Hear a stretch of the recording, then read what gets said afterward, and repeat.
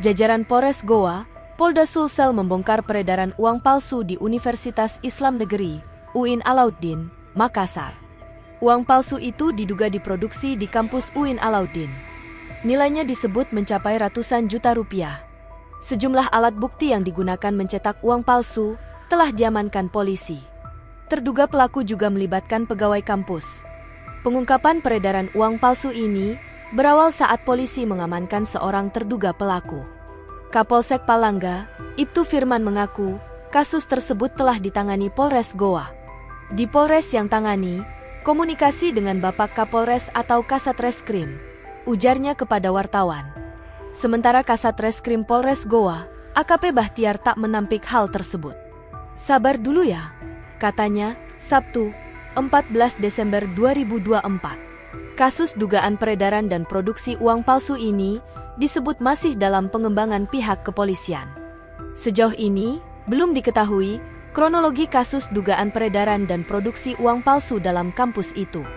Dikonfirmasi terpisah, Rektor UIN Alauddin Makassar, Profesor Hamdan Johannes, belum ingin berspekulasi banyak ihwal hal tersebut. Profesor Hamdan mengaku, saat ini pihaknya masih menunggu hasil penyelidikan polisi.